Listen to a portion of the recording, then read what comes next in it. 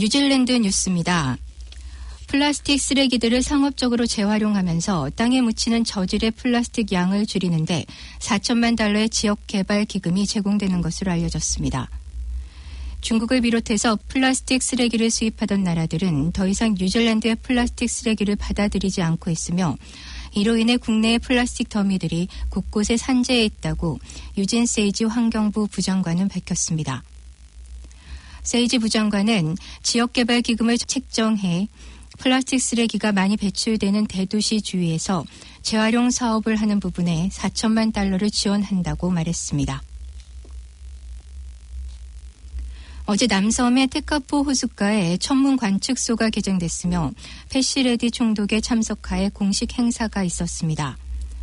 전 세계적으로 사람이 사는 지역에 조명이 밝아지면서 별들을 보기가 점점 어려워지고 있는 상황에서 사람이 적고 조명이 거의 없는 지역에 이 천문 관측소가 자리를 하면서 많은 관광객들도 이곳을 찾을 것으로 기대되고 있습니다. 또한 이 천문 관측소가 이런 환경 속에서 천체 관측과 관광의 중심지가 될 수 있도록 관련 시설도 보강할 계획입니다. 많은 뉴질랜드 사람들은 낙태에 관련된 법을 개정할 필요가 있다고 생각하고 있는 것으로 알려졌습니다. 최근 뉴질랜드 메디컬 저널에 공개된 한 조사에서 대다수의 뉴질랜드 사람들이 임신으로 인한 산모의 건강에 위험한 경우를 빼고도 사유에 관계없이 낙태를 허용하는 범위까지 지지를 하고 있는 것으로 나타났습니다. 세계보건기구인 WHO에서는 안전한 낙태 시술이 여성의 건강과 인권을 보호하는 중요한 요소라고 밝히고 있으며 각각의 경우마다 여러 가지 다른 이유들이 있겠지만 낙태 조항을 형사법안에 남겨두는 것에 대해 많은 국민들은 잘못된 방침이라고 생각하고 있는 것으로 알려졌습니다.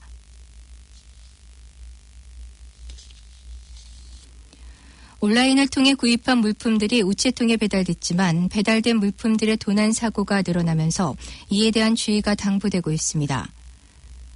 오클랜드 서부 지역에서 일어난 최근의 경우 잠금 장치를 한 우체통이 통째로 뜯겨지면서 배달된 물품이 도난당한 것으로 알려졌습니다.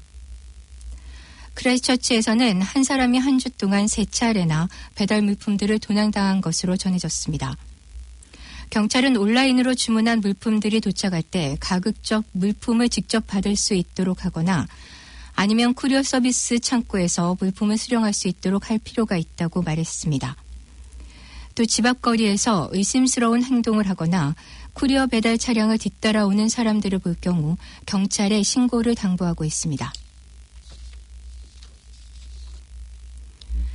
뉴질랜드의 시중은행들은 중앙은행이 국가재정 능력 강화를 위해 현금 보유를 1% 더 늘리도록 지시한다면 이에 따라 시중금리도 올리겠다고 반응을 보이고 있는 것으로 알려졌습니다. 중앙은행인 리저브뱅크는 금융 안전을 위해 시중은행들이 200억 달러의 현금을 보유하도록 하는 방안을 검토 중인 것으로 밝히며 위기 상황에 대처할 수 있도록 준비가 필요하다고 전했습니다. 지난 2008년도 세계 금융위기 당시 많은 은행들이 부도나 어려운 상황에 빠져 있던 점을 강조하며 언제 어떻게 또 일어날지 모르는 금융위기에 대비하기 위한 조치가 마련돼야 한다고 말했습니다. 그러나 시중은행들은 현금 확보를 위해서는 금리 인상이 불가피하다고 하며 이 조치가 일반 고객들에게 영향을 미칠 것으로 반응을 보이고 있습니다.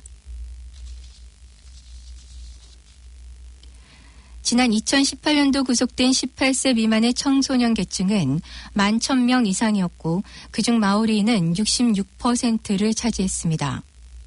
참고로 지난 2011년도에는 40%에 불과했습니다.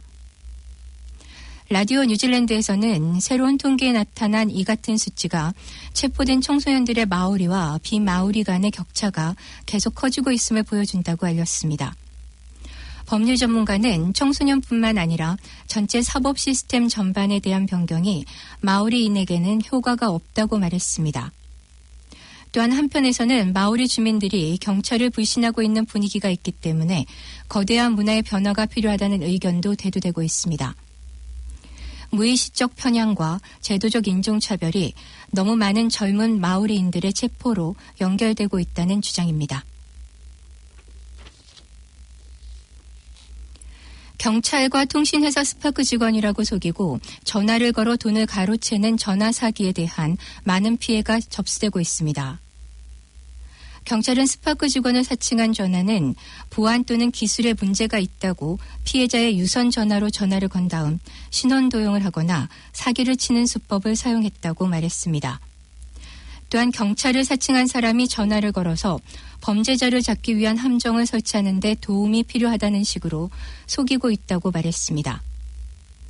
경찰은 지난달 2명의 피해자가 총 25만 달러의 사기 피해를 당했고 그중 한 명은 84세의 할머니라고 밝혔습니다. 또한 은행에 따르면 지난 몇 개월 동안 뉴질랜드 전역에서는 수백 명의 사기 피해자가 발견된 것으로 알려졌습니다. 인도와 동남아시아 및 동유럽에서 사기성 비자 신청이 증가하고 있다고 이민부에서는 밝혔습니다. 2017년과 2018년 사이에 사기성 비자 신청 건수가 88% 증가한 것은 확인된 사기 사례를 반영했을 뿐이므로 더 많은 사기들이 존재할 가능성이 있다고 이민부 관계자는 말했습니다.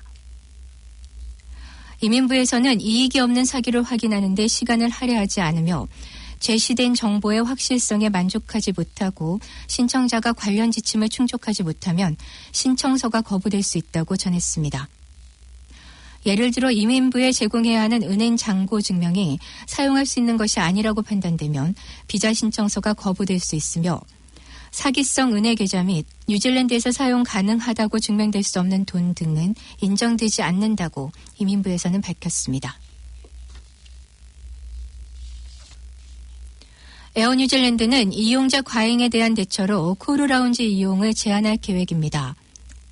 이 항공사는 8월 1일부터 엘리트 회원이 라운지로 데려갈 수 있는 고객 수를 줄이며 특정 신용카드 소지자가 적립할 수 있는 라운지 바우처 수를 제한합니다. 회원과 동행할 수 있는 어린이 최대 연령은 17세입니다. 에어 뉴질랜드는 지난 6월 국제공항 코지 라운지 일부 승객을 성수기에는 스트라타 라운지로 보내야 했다며 이 문제는 새로운 것이 아니라고 지적했습니다. 이 항공사는 이용 가능한 라운지 공간을 늘리기 위해 오클랜드 공항과 협력하고 있다고 말했습니다. 지금까지 전해드린 뉴질랜드 뉴스는 뉴질랜드 헤럴드, TVNZ, 스토프, 라디오 NZ, 뉴스어브에서 간추렸으며 그 밖의 뉴스는 PBC, KBS, 펜앤마이크에서 간추렸습니다. 오늘의 환율 정보입니다. 뉴질랜드 달러와 대비 원화 기준 환율은 778원 98전, 한국에서 보내실 때 786원 76전, 한국에서 받으실 때 771원 20전입니다. 끝으로 날씨입니다. 오클랜드 오늘은 대체로 흐리겠으며 약간의 소나기가 내리겠습니다. 낮 최고 기온은 17도로 예상됩니다. 수요일인 내일도 가끔씩 흐리겠으며 약간의 소나기가 있겠습니다. 아침 최저 기온은 13도, 낮 최고 기온은 17도로 오늘과 비슷하겠습니다. 지금까지 한우성, 김춘선이었습니다.